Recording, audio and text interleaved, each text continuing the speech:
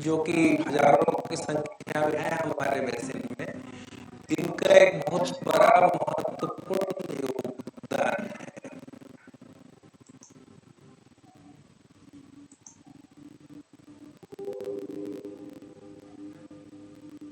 Wetlands are unique freshwater ecosystems which provide a large number of ecosystem services. You get water supply, you get water for irrigation, drinking water, domestic and industrial uses.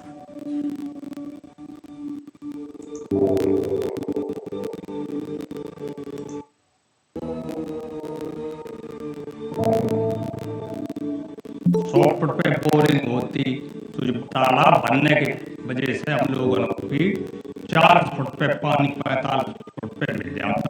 जब पानी भराव होता है तब तो हमारे लोगों के यहाँ खेती में नमी रहती है तो हम लोग का फसल अच्छा होता है।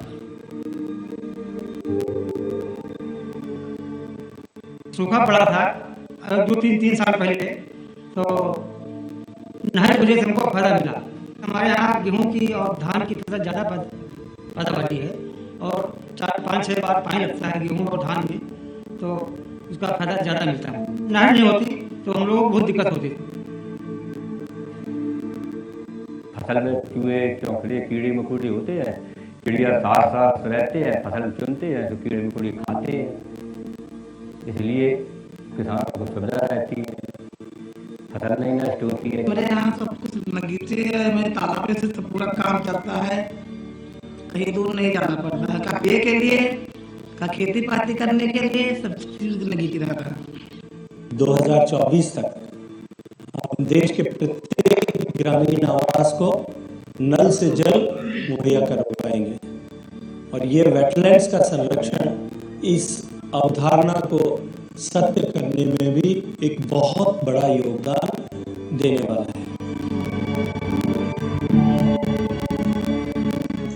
कभी झील किनारे हमारी जमीन है, वहाँ आते हैं साहब तो बड़ी बड़ी चिड़िया बढ़िया उड़ते जाते हैं और फिर झील में चलते हैं तो साहब हम लोग देखते हैं, बाहरी आदमी उनको देखने को साहब नहीं पाता। This wetland is part of the Scintillation Flyway, and the importance of such wetlands is that they provide a very good habitat as well as ample food for these birds to fatten up.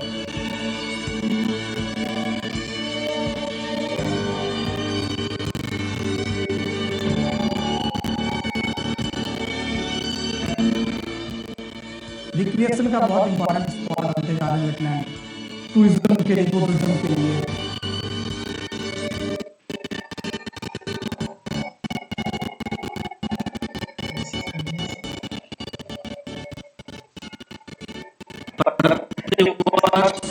हजारों की संख्या में देश विदेश से ऋतु के अनुसार प्रवासी पक्षी आते हैं और उन पक्षियों के विषय में जानकारी प्राप्त करने का सौभाग्य बच्चों को मिला है।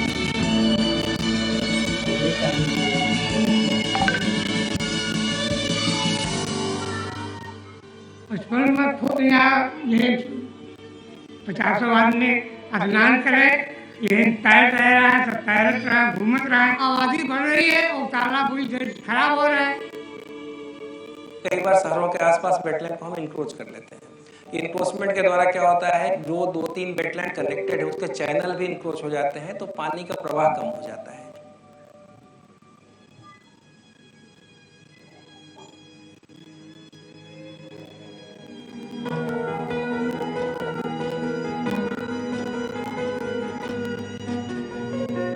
बहुत ही आवश्यक है कि हम अपने वेटलैंड को किसी तरह से बचा के रखें और इसी क्रम में अभी जो उत्तर प्रदेश सरकार के अंतर्गत 7 वेटलैंड को रामसर साइट घोषित किया गया है, जो कि एक बहुत ही इम्पोर्टेंट स्टेप है हमारे लिए। यहाँ की इकोलॉजी को बचाए रखें, यहाँ की बायोडाइवर्सिटी को बचाए रखेंगे तो इनके कंजर्वेशन और प्रोटेक्शन के लिए जो भी काम हमें आवश्यक है आने वाले सालों में योजनाबद्ध ढंग से उसको कार्यान्वित किया जाएगा। हर एक राज्य में हमने वेटलैंड कंजर्वेशन अथॉरिटी को स्ट्रेंथन करने के लिए काम किया है।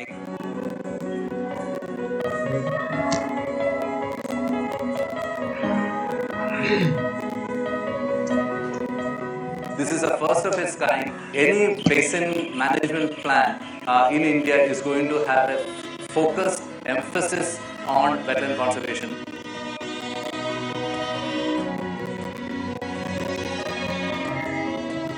कम्युनिटी का बहुत बड़ा रोल होता है। जो लोग वहाँ पे रहने वाले हैं, बहुत दिनों से रह रहे हैं, उनको पता है कि वेटलैंड्स उन्हें क्या फ़ायदा है। हमने कुछ वेटलैंड सेलेक्ट किए हैं, उत्तर प्रदेश में है, बिहार में है और बंगाल में है।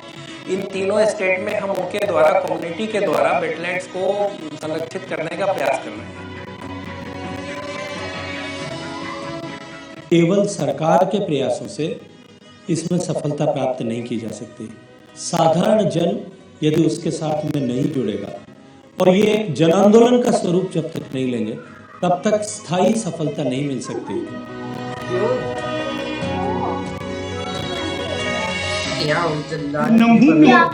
पानी होता ये सब कहाँ पे? ये अपन काम करते हैं, लड़का बच्चा यहीं में पढ़ाते हैं और यहीं में खाते हैं, किसी के आगे हाथ नहीं फैलाते। काम मिल जाता है तो बच्चों के लिए दुखी दूर हो जाता है।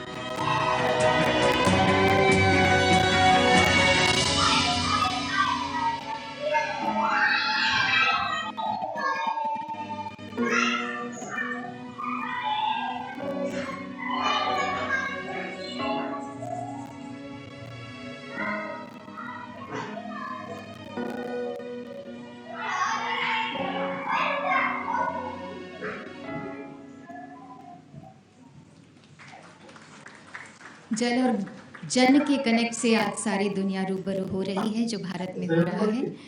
और अब हम आग्रह करते हैं director national institute of urban affairs Shri Hitesh वैद्य आपसे कि कृपया अपने विचार प्रस्तुत करें।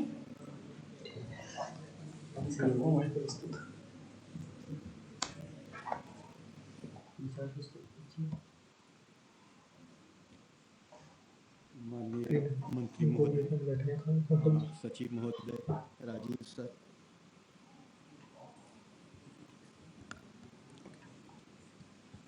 माननीय मंत्री महोदय, सचिव सर, राजीव सर, आए हुए उपस्थित अतिथिगण, मेरा बहुत सौभाग्य है कि मैं आज यहाँ पे आपके समस्त अर्बन रिवर मैनेजमेंट प्लान जो हमने national institute of urban affairs ने कंप्लीट किया है उसके बारे में विचार करने बताने के लिए। सर, इसी हॉल में जब मैं 2018 में UN हैबिटेट का कंट्री मैनेजर था, तो हमने पहली बार एक चर्चा की थी कि main streaming reverse with the urban development, और वो मेन स्ट्रीम रिवर की वो संरचना एक साल बाद आज पूरी हुई। आज मैं national institute of urban affairs जो थिंक टैंक है ministry of housing and urban affairs का, उसका डायरेक्टर हूँ। तो मैं ये विचार शुरू हुआ और आज कंप्लीट हुआ। इसका सौभाग्य और इस उत्सव में, गंगा उत्सव में जुड़ने का जो सौभाग्य मिला है, ये बहुत, और आपके द्वारा ये आज विमोचन हो रहा है, ये बहुत गर्व की बात है। सर, एक साल में हमने काफ़ी कार्य इसमें कि कैसे शहर और रिवर जो अलग अलग सोचते हैं, जब शहर की प्लानिंग होती है तो अलग रूप से होती है, तब रिवर के बारे में नहीं बात की जाती, जब रिवर की प्लानिंग होती है तो शहर के बारे में प्लान नहीं किया जाता। तो कैसे इन दोनों को जोड़ा जाए और अर्बन रिवर मैनेजमेंट प्लान एक बनाया जाए, एक फ्रेमवर्क बनाया जाए, ताकि लोग जब शहरों की प्लानिंग करें, मास्टर प्लान बनाएं, तो वो देखें कि कैसे रिवर के जो आर्थिक, सामाजिक, सांस्कृतिक जो यूनिकनेस है उसको कैसे शहर की प्लानिंग के साथ जोड़ा जाए और उसको उभारा जाए। और ये URMP सर हमने बनाया है, जो आज आपके द्वारा विमोचन किया जाएगा। सर, जस्ट राष्ट्रीय नगर कार्य संस्थान सर, लास्ट एक साल से हम, ये 44 साल पुराना संस्थान है सर, भारत सरकार का। एक साल से जब से मैं हूँ सर, हम इसको कर रहे हैं कि कैसे इस संस्थान को हम फिट फॉर पर्पस इंस्टीट्यूट बनाएं, कि क्योंकि ये संस्थान शहरों और राज्यों द्वारा बनाया गया उनका संस्थान है, और कैसे हम एक नॉलेज ड्राइवर बने। तो इस पे सर हम 5 बिंदुओं पे काम कर रहे हैं सर। जो शहरों की जो डिमांड है एक इंस्टीट्यूट से, एक थिंक टैंक से, उसको कैसे हम पूरा कर सके। और उसमें सर हमारे साथ हमने देखा कि शहर क्या मांग रहे हैं हमसे, या राज्य क्या मांग रहे हैं। राज्य मांग रहे हैं कि हमें स्टैंडर्ड्स दिया जाए, फ्रेमवर्क्स दिया जाए। हमें टूल्स दिए जाएं, इंस्ट्रूमेंट्स दिए जाएं, हमें एक्सपोजर दिया जाए बेस्ट प्रैक्टिसेस का, local best practices, global best practices का, और इनोवेशंस जो हो रही हैं बोथ लोकली एंड ग्लोबली उनके बारे में बताया जाए। हमारी कैपेसिटी और हैंड होल्ड किया जाए, क्योंकि हमारी कैपेसिटीज बहुत मुश्किल है, लोग बहुत कम हैं म्यूनसिपल सर्विसेज में, वो किया जाए और हमें डिफरेंट पार्टनर्स के साथ जोड़ा जाए। और आई थिंक ये जो URMP है, इसमें ये 5 बिंदुओं के साथ हम जुड़े हुए हैं सर। और हमारा सिर्फ ये है कि जो भी हम प्रोजेक्ट करें वो सिर्फ एक प्रोजेक्ट होके वो शेल्फ में एक बुक ना बन के, how we can scale up to 4000 urban local bodies जो वो अपना प्लान बनाएं, अपनी योजनाएं बनाएं, उसके साथ जुड़ सकें। सर मेरे मित्र जो कुलीग हैं जिन्होंने इसको लीड किया है, वो इसके बारे में आपको जो हम मेन सेलिएंट फीचर है URMP का उसके बारे में बताएंगे सर। पर मैं जस्ट एक दो बातें कह के अपनी बात ख़त्म करना चाहूँगा सर, कि जो हमने ये URMP बनाया है सर, इसको हम कानपुर में एक पायलट करके देखेंगे कि क्या हमने गलतियां हैं या क्या एक्चुअल लागू हो सकता है या क्या इसको और बढ़िया बनाया जा सकता है। पर दूसरा sir, national institute of urban affairs sir master plan of Delhi 2041 भी बना रहा है सर, और Yamuna river is the one sole lifeline of Delhi also. तो हम इस बिंदुओं में एक लाइव लुक करेंगे कि मास्टर प्लान ऑफ दिल्ली में जो हमारे इसके मेन मुद्दे और विशेषताएं हैं उनके साथ इसको जोड़ा जा सके सर। सो अब मैं अपने कुलीग सर विक्टर शिंदे जी को बोलूँगा कि इसके बारे में बताएं sir. Thank you very much. Thank you very much, sir. Minister sir, Secretary sir, and DG sir, we are absolutely thrilled to have you here to launch this framework of ours, which we have worked over the last 1 year in association with the National Mission for Clean Ganga. Sir, the entire purpose of this framework is essentially to create a kind of a decision support system for cities, the river cities in the Ganga River Basin, so that they can take some collective action to achieve the overall vision of the basin, sir. Right? This whole framework, sir, is centered on the principles of sustainable development. So what we're essentially saying is that in addition to the environmental actions that cities need to take, they will also need to target some economic and social interventions, right? So that it kind of makes it a little bit of an integrated solution to this, right? The central strip that you see, sir, this is essentially the heart of the whole URMP, which comprises of 10 objectives. And if you look closely, sir, each of these objectives are very unique. They target a very different aspect, or very unique aspect of urban river management, which is not necessarily only related to pollution, right? So we're looking at very at different things here through this framework. The whole idea is to have a holistic and an integrated solution, towards river management. And in the bottom strip, sir, this essentially are the interventions that the cities need to undertake in order to achieve the objectives, the 10 objectives. So what we're saying is there are 2 categories of interventions. One is the planning related, which are the more long-term interventions that would be ideally incorporated into a master plan of a city. And then there are, of course, the project-based interventions, which are short-term and impactful presentations. And finally, sir, is just a monitoring and evaluation mechanism that we have also integrated within this framework to ascertain the rate of progress that each city is making with respect to urban river management. So in a nutshell, sir, this is the entire framework that we have created. Now I'll just turn it back over to the MC for the launch of this. Thank you so much. माननीय प्रधानमंत्री जी की प्रेरणा को मूल मंत्र मानते हुए NMCG तथा national institute of urban affairs, ministry of housing and urban affairs ने एक यूनिक स्ट्रैटेजिक फ्रेमवर्क विकसित किया है। माननीय मंत्री जी से हमारा निवेदन है कि इस फ्रेमवर्क का विमोचन करें।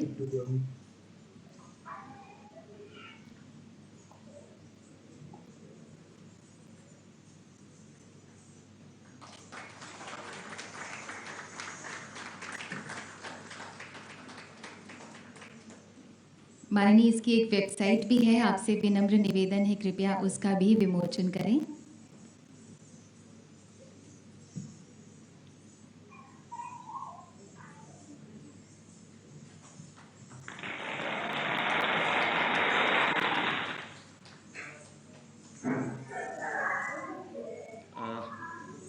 Addressing the urban drivers of river health in the Ganga river basin, उस प्रोजेक्ट के तहत हम लोगों ने री इमेजिन द अर्बन रिवर्स इस वेबसाइट का आयोजन किया है। इस भारतवर्ष के अंदर बहुत सारे शहर ऐसे हैं जो नदियों के किनारे हुए बसे हुए हैं, और बढ़ते हुए शहरीकरण को देखते हुए और नदियों की जो जिस परिस्थितियाँ जो झेल रही हैं उसको देखते हुए हमें लग रहा है कि री imagining the urban reverse website जो है उसका एक काफ़ी अहम योगदान होगा।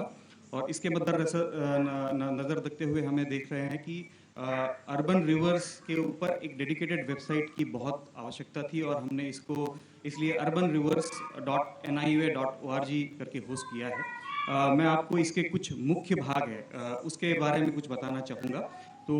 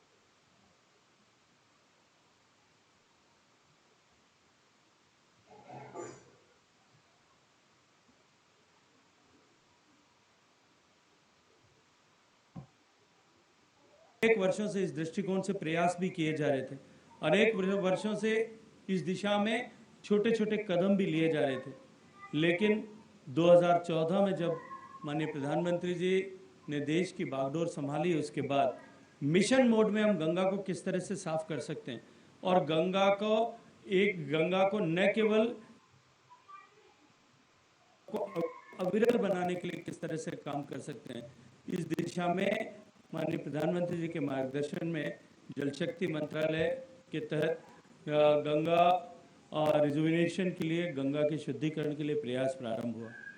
अथॉरिटी का स्वरूप लेने के बाद में इस काम में जब गति आई और उसके बाद जिस तरह से अनेक परियोजनाएं लेकर के गंगा के शुद्धिकरण के लिए और उसके साथ साथ में गंगा के साथ आम जन की सहभागिता बने, आम जन का जुड़ाव बने, इस दृष्टिकोण से काम प्रारंभ किया गया।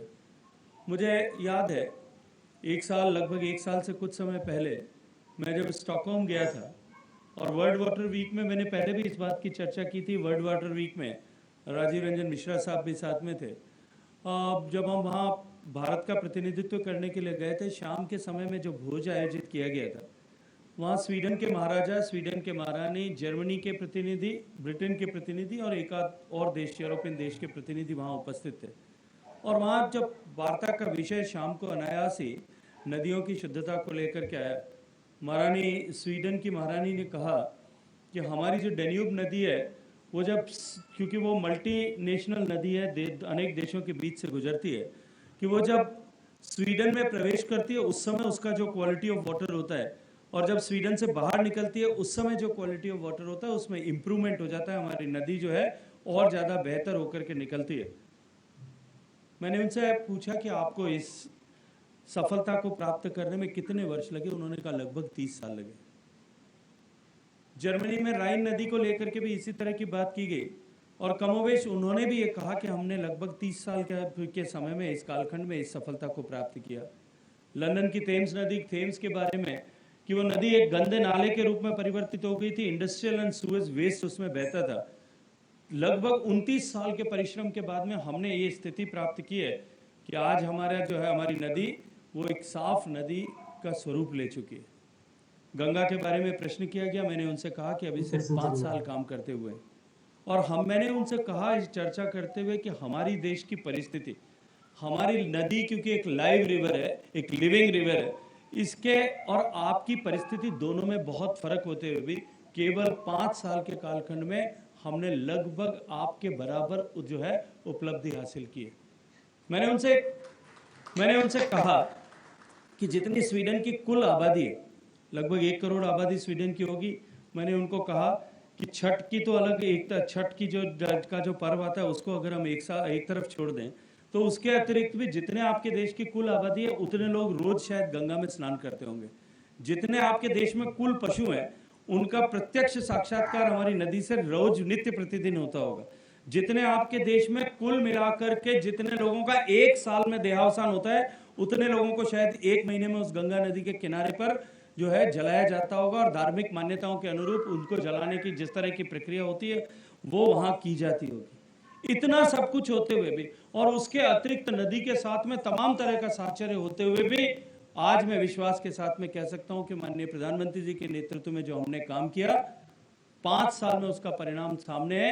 और मैंने उस दिन स्वीडन के महाराजा और महारानी दोनों को निमंत्रण दिया था कि आप अपने आगामी जो प्रवास हिंदुस्तान का आपका होने वाला है उसमें 1 दिन या आधा दिन आप निश्चित रूप से गंगा के लिए निकालिए और आप आकर के देखिए हमने किस तरह से काम किया है। मैं अत्यंत सौभाग्यशाली मानता हूं अपने आप को कि जब उनका जब देश का भारत का प्रवास हुआ और वो आधिकारिक प्रवास पर जब आए थे, मैं उनको वहां लेकर के गया। हमने एक सूवेज ट्रीटमेंट प्लांट का उद्घाटन भी उनके साथ में किया था। जब उस कार्यक्रम में वो पहुंचे और कार्यक्रम से में पहुंचे, उसके बाद उद्घाटन के कार्यक्रम के बाद जब पानी को उन्होंने छू करके देखा, पानी को फील करके देखा, उसके बाद में उनकी जो प्रतिक्रिया थी वो प्रतिक्रिया निश्चित रूप से हम सब के लिए एनकरेजिंग थी। लेकिन कार्यक्रम समाप्ति के बाद में जब पांडाल से बाहर निकल रहे थे वहाँ एक छोटा एग्जीबिशन लगाया हुआ था और उस एग्जीबिशन में एक कुंभ का बहुत बड़ा पोर्ट्रेट लगा हुआ था। बहुत बड़ा पिक्चर था जिसमें ऑलमोस्ट 30 फीट लंबी दीवार पर कुंभ का एक पिक्चर लगा हुआ था। उस स्वीडन की महारानी वृद्ध महिलाएं, उन्होंने मुझे पूछा कि ये पिक्चर क्या है। मैंने कहा ये कुंभ का मेला है और देश के लगभग 20-22 करोड़ लोग इस मेले में एक साथ में उपस्थित होते हैं। उन्होंने कहा कि 20-22 करोड़ लोग इस देश में आते हैं फिर भी ये नदी बच जाती है क्या? इस एक जगह पे आते हैं उसके बाद भी ये नदी बच जाती है। उन्होंने कहा कि लॉ एंड ऑर्डर सिचुएशन कैसे मेंटेन होती होगी। उन्होंने कहा कि जब यहाँ लोगों का सब जो है कुछ अराजकता नहीं फैलती है, यहाँ कुछ गुमता नहीं है क्या? मैंने कहा कि ये देश, इस देश की परंपरा है, इस देश की सभ्यता और संस्कृति का विकास इसी तरह से हुआ है कि हम इन सारे चीज़ों के, इन सारे विषयों के साथ लेकर के साथ ही बड़े हुए हैं। इसलिए हमारे यहाँ इस तरह के जो कल्पना आप कर रहे हैं, इस तरह की स्थितियाँ हमारे यहाँ नहीं होती। और वो भौचक जब मैंने उनको ये बताया कि इतना बड़ा नंबर होता है, उनकी इतने बड़े सारे लोग एक साथ उपस्थित होते हैं, उनकी पहली प्रतिक्रिया ये थी कि आप 22 करोड़ लोग या जब आप 220 मिलियन की बात करते हो तो शायद इतना बड़ा फिगर सुन करके मुझे हार्ट फेल हो जाएगा, इतना बड़ा फिगर मुझे मत बताओ। हमारे देश में इतनी ऐसी परिस्थिति होते हुए भी मैं आज एक बार फिर गर्व के साथ में कह सकता हूं और धन्यवाद देना चाहता हूं इस टीम से जुड़े हुए सारे लोगों का कि माननीय प्रधानमंत्री जी की जो संकल्पना थी उस संकल्पना के आधार पर काम करते हुए आज हम गंगा को देश की नहीं दुनिया की इस लंबाई की सबसे साफ 10 नदियों में से एक नदी में शुमार करने में कामयाब हुए। लेकिन ये यात्रा अभी समाप्त नहीं हुई, ये यात्रा का प्रारंभ है, ये शुरुआत है। जैसा भी हितेश व्यास जी कह रहे थे अपनी बातचीत करते हुए कि 1 साल पहले जो बातचीत हुई थी वो काम आज पूरा हुआ है। मुझे लगता है काम पूरा नहीं हुआ, काम आज से शुरू हुआ है, अब से शुरू हुआ है। और मुझे आश्चर्य हो रहा था कि 55 साल से देश के अर्बन इंफ्रास्ट्रक्चर की प्लानिंग के लिए काम करने वाला संस्थान जो है NMCG का इंतजार कर रहा था कि ये आएंगे तब हम रिवर्स के साथ में शहरों का प्लानिंग किस तरह से होना चाहिए इसके बारे में चर्चा करेंगे, बात करेंगे, अध्ययन करेंगे। 55 साल से विषय क्यों अछूता रह गया था मुझे इसका कोई कारण नज़र नहीं आता। लेकिन ठीक है, देर आए दुरुस्त आए, हमने इस दिशा में सोचने का काम प्रारंभ किया है, हमने काम करना प्रारंभ किया है और निश्चित ही ये समय की आवश्यकता और मांग भी। लेकिन जैसा माननीय प्रधानमंत्री जी ने स्पष्ट रूप से अपने मार्गदर्शन में हमेशा इस बात के लिए कहा, हमेशा इस बात की चर्चा की कि ये केवल सरकारी कार्यक्रम यदि बनेगा, सरकारी काम यदि रहेगा, कभी हम इसमें सफल नहीं हो पाएंगे। जनता की सेंस ऑफ रिस्पॉन्सिबिलिटी के साथ साथ में जनता का उसके साथ में एक सहज संबंध और जुड़ाव होना आवश्यक है। देखिए, जैसा मैंने अपनी चर्चा के प्रारंभ में कहा कि देश के आम जनमानस को नदियों के साथ में, प्रकृति के साथ में, पर्यावरण के साथ में जोड़ने के लिए हमारे ऋषियों मनीषियों ने उसको आस्था और धर्म के साथ में जोड़ा। आज आस्था और धर्म के हम चाहे मान स्वीकार करें खुले में, चाहे न स्वीकार करें, लेकिन आस्था और धर्म से ज्यादा महत्वपूर्ण आम व्यक्ति के लिए आज अर्थ है। यह अर्थ प्रधान युग है और आज हर एक व्यक्ति आर्थिक दृष्टिकोण से कि मुझे इससे क्या लाभ है या ये नदी मुझे या संसाधन मुझे क्या देता है, इस दृष्टिकोण से सोचता और विचार करता है। इसलिए आवश्यक है कि हम इसकी आर्थिक प्रधानता, महत्ता को वापस प्रतिस्थापित करें और लोगों को इसके जीवन में आके आर्थिक पक्ष के साथ में हम अपनी गंगा को किस तरह से जोड़ सकते हैं। माननीय प्रधानमंत्री जी ने नेशनल गंगा काउंसिल कानपुर में आयोजित हुई थी, उसमें स्पष्ट मार्गदर्शन देते हुए कहा कि जब तक हम ये सफलता प्राप्त नहीं करेंगे तब तक, क्योंकि ये अनवरत चलने वाला कार्यक्रम है। मुझे कई बार पत्रकार मित्र पूछते हैं कि ये गंगा सफाई का काम आपका कब तक पूरा हो जाएगा, तो मैं उनसे, क्योंकि मुझसे पहले शायद कई बार लोगों ने जो है NMCG से जुड़े हुए लोगों ने या मार्गदर्शन करने वाले लोगों ने कुछ तिथियां डिक्लेयर की थी कि 70% काम अब तब कर देंगे, 80%। मैं उनसे कहता हूँ कि और बिल्कुल सहज भाव से कि ये कभी भी अनवरत चलने वाला काम है। गंगा की सफाई एक प्रश्न जब अब हमारे दादा परदादा के बचपन में भी शायद था और जब हमारे आने वाली 4 पीढ़ी बाद में भी शायद ये प्रश्न एज इट इज खड़ा रहेगा कि गंगा की अविरलता और निर्मलता बनी रहनी चाहिए। यह हमेशा चलता रहने वाला कार्यक्रम है। यह सदा सर्वदा शहर बढ़ेंगे, शहरों का इंफ्रास्ट्रक्चर बढ़ेगा, जो है डेमोग्राफी चेंज होंगी, लोगों का रहने का तौर तरीके बदलेंगे, तो ये हमेशा बना रहने वाला प्रश्न है। इसलिए इस सतत प्रश्न को यदि हमें सार्थक करना है तो निश्चित रूप से हमको ये समय की आवश्यकता है कि हमें आज से इसके ऊपर प्रयास करना चाहिए कि इसमें जन भागीदारी बढ़े, ये पीपल्स मूवमेंट बने, जन जन के लिए, जन जन के मन में इसको लेकर के कर्तव्य का भाव बने। और वो तभी बन सकता है जब आज के युग में हम इस बात को एस्टेब्लिश करने में कामयाब हों कि हम लोगों को ये एहसास करा पाए कि गंगा हमें क्या क्या देती है। आज हमारे देश में और दुनिया में सब जगह जिस तरह से भौतिकवाद जिस तरह से को प्रधानता मिली, उसके कारण से, उसके परिणाम स्वरूप आज हमको जो मिलता है हम सिर्फ उसी को देखते हैं। जो हमारी रिस्पॉन्सिबिलिटीज हैं हम उसकी तरफ शायद उतना ध्यान नहीं दे पाते। हमारे जो राइट्स हैं उनकी तरफ हम ध्यान देते हैं। किसान आज इस बात के लिए जो है इसको राइट समझते हुए कि गंगा के नदी के पानी पर मेरा हक है, लेकिन मेरा गंगा के नदी के पानी के प्रति मेरा उत्तरदायित्व क्या है, मैं किस तरह से इसके पानी के उपयोग में कमी ला सकता हूँ। हम ये जो है अपना राइट समझते हैं जो गंगा के नदी के किनारे पे रहते हैं या किसी भी नदी के किनारे पे रहते हैं, हम ये राइट समझते हैं, अपना अधिकार समझते हैं कि इससे मिलने वाला इसका जो पानी है वो मेरा राइट है, मेरा अधिकार है, मुझे पीने के पानी के लिए, इंडस्ट्री के उपयोग के लिए वो पानी मिलना चाहिए। लेकिन उसके अगेंस्ट में मेरी रिस्पॉन्सिबिलिटीज क्या है।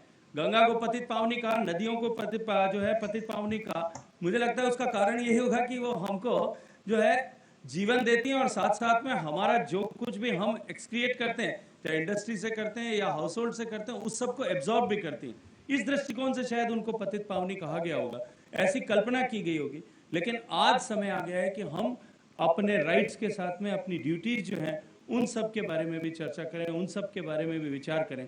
और ये सेंस ऑफ ड्यूटी अगर हम इनकलकेट कर पाते हैं अपनी सोसाइटी में, आने वाले पीढ़ी के अंदर ये इनकलकेट कर पाते हैं, तो निश्चित रूप से ये विषय जो है, ये गंगा नदी से जुड़ा हुआ विषय या प्रकृति और पर्यावरण से जुड़ा हुआ विषय या पर्यावरण परिवर्तन जो है, क्लाइमेट चेंज, जो आज दुनिया में शायद सबसे ज़्यादा चर्चा करने किए जाने वाले विषयों में से एक विषय है, उन विषयों के प्रति जो क्या के प्रति यदि हम समाज का नज़रिया बदल पाएंगे तभी हम इसमें जो है उनमें सफल हो पाएंगे, उनसे हम कॉम्बैट कर पाएंगे।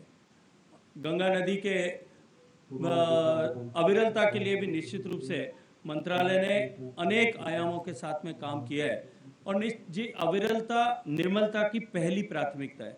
अनेक बार यूपी सिंह साहब कहते हैं dilution is the solution of pollution, that is the only way.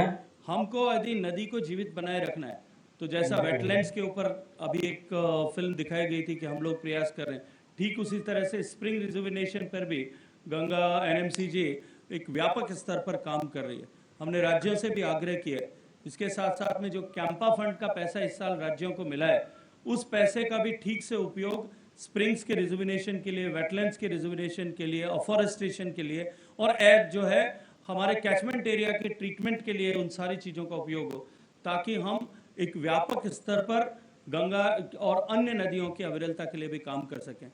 ठीक गंगा के को एक स्कूल ऑफ लर्निंग की तरह मानते हुए देश के अन्य नदियों पर भी, अन्य बेसिन पर भी इसी तरह से हम शुद्धिकरण के लिए, उन नदियों की अविरलता के लिए, उन नदियों को जीवन वापस लौटाने के लिए, नदियों पर केवल हमारा ही अधिकार नहीं है, उस नदी में रहने वाले हर एक छोटे छोटे जीव जंतु पौधे सबका अधिकार बराबर है। उस सब के अधिकार को वापस लौटाने के लिए हम समाज में एक चेतना व्याप्त करें और उसके लिए ये आवश्यक है कि इस तरह के कार्यक्रमों के माध्यम से हम समाज को साथ जोड़ें, आने वाली पीढ़ी को साथ जोड़ें।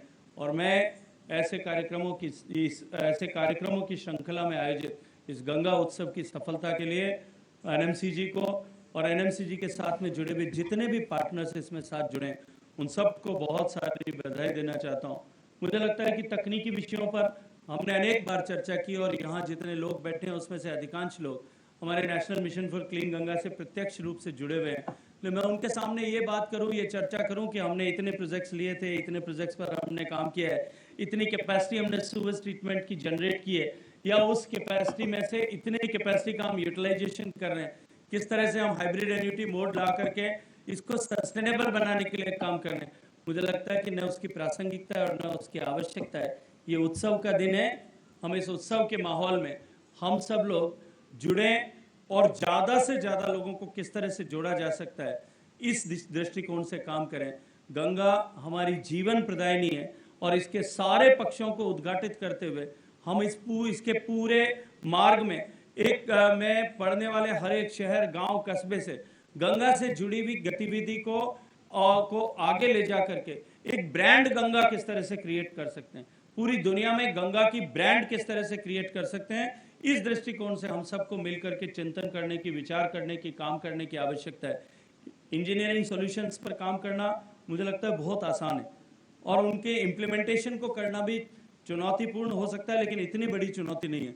लेकिन आम जन को साथ में जोड़ करके और इसका एक ब्रांड क्रिएट करना वो अपने आप में बड़ी चुनौती है, लेकिन यदि सब लोग साथ मिलकर के काम करेंगे तो निश्चित रूप से हम ऐसा ब्रांड क्रिएट कर भी पाएंगे। और ऐसा ब्रांड अगर एक क्रिएट कर पाते हैं तो वो जो है आने वाले समय में इस अभियान को, इस गंगा की स्वच्छता, अविरलता और निर्मलता का माननीय प्रधानमंत्री जी ने जो ये कार्यक्रम लिया है, इसको सतत सफल बनाने में हम सब लोग कामयाब होंगे। आप सबको बहुत सारी शुभकामनाएं। जय हिंद। बहुत बहुत धन्यवाद माननीय, आपके प्रेरणा से भरे हुए संबोधन के लिए।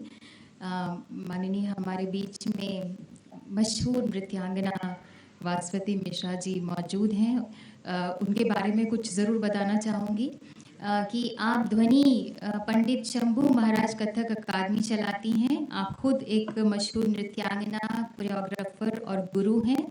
आपको कई पुरस्कारों से नवाजा जा चुका है और देश विदेश में आपके फ़न की खुशबू महकती है। आपसे निवेदन है माननीय की कृपया वासवती मिश्रा जी का अभिनंदन करें, उन्हें शॉल भेंट करके। मंच पर आमंत्रण है वासवती मिश्रा जी आपको।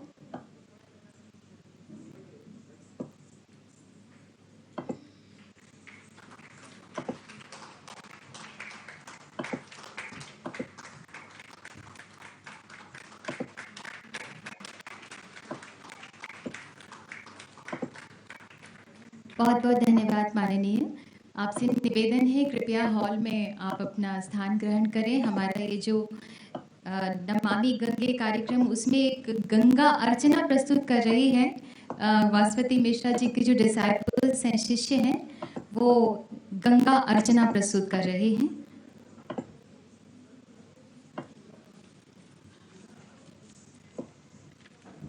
न्यू इंडिया की खासियत ये है कि न्यू इंडिया सर आसमान की ओर रखना चाहता है और पैर जमीन पर अपने संस्कारों से, अपनी मिट्टी से जुड़े रखना चाहता है। ऐसी ही एक परंपरा है कथक नृत्य परंपरा, जिसे लेकर वासपति मिश्रा जी के डिसैपल्स ट्रूप यहाँ पर आ रहा है। गंगा अर्चना वो प्रस्तुत करने जा रहे हैं। कोविड-19 के इस दौर में चुनौती को खुद चुनौती देने वाला भारत, इसका उत्साह किसी भी अभियान में कम नहीं होता, कभी नहीं थकता, कभी नहीं थमता और कभी नहीं रुकता।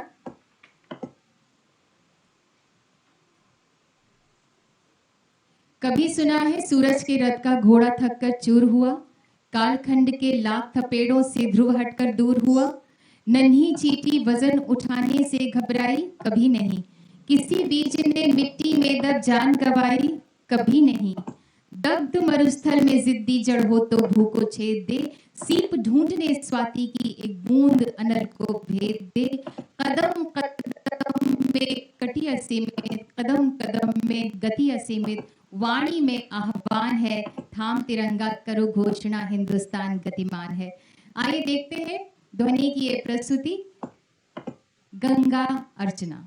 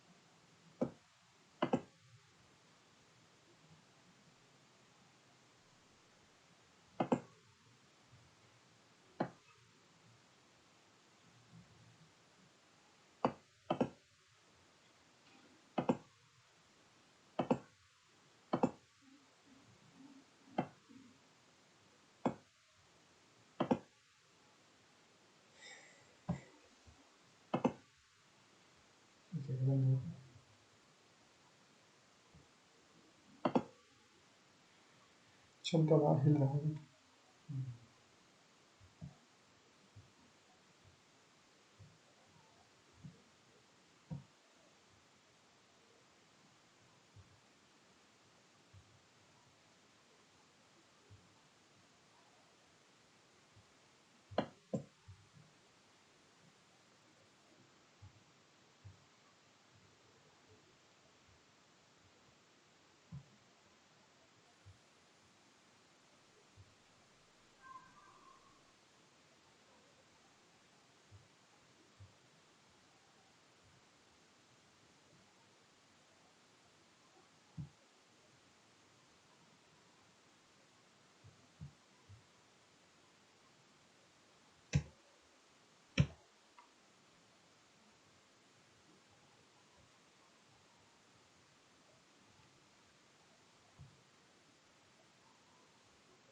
पहुंचे, उसके बाद उद्घाटन के कार्यक्रम के बाद जब पानी को उन्होंने छू करके देखा, पानी को फील करके